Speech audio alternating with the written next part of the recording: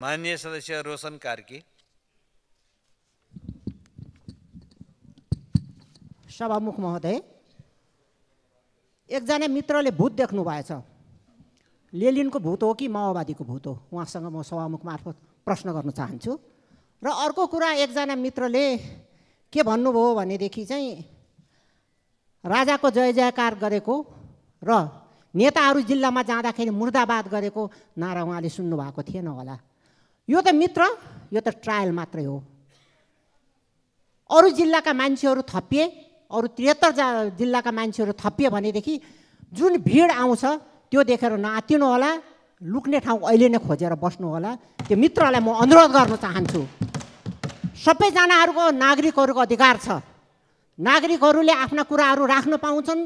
यो अस्ति गएको जुन चाहिँ यो 25 गतेको जुन भिड थियो, यो तपाईहरूले नालायक सरकारले जन्माएको भिड हो। यो बुझिराख्नुहोस्। तपाईँहरू जति दिनसम्म सरकारमा बस्नुहुन्छ त्यति दिनसम्म यो भिड अझै बढ्दै बढ्दै गएर